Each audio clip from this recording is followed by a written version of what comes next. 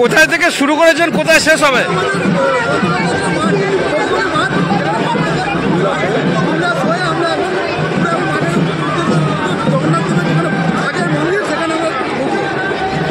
আপনার নাম?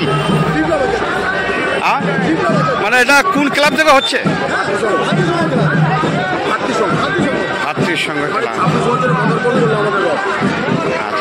আজকে এই পারবসে আর কিছু অনুষ্ঠান আছে সাংস্কৃতিক অনুষ্ঠান?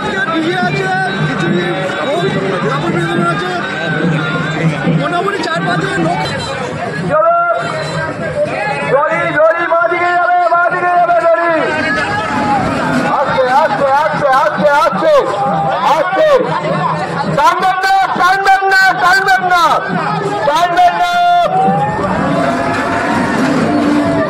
রথটাকে ঘুরিয়ে দেওয়া হচ্ছে, তারপরে যাবে।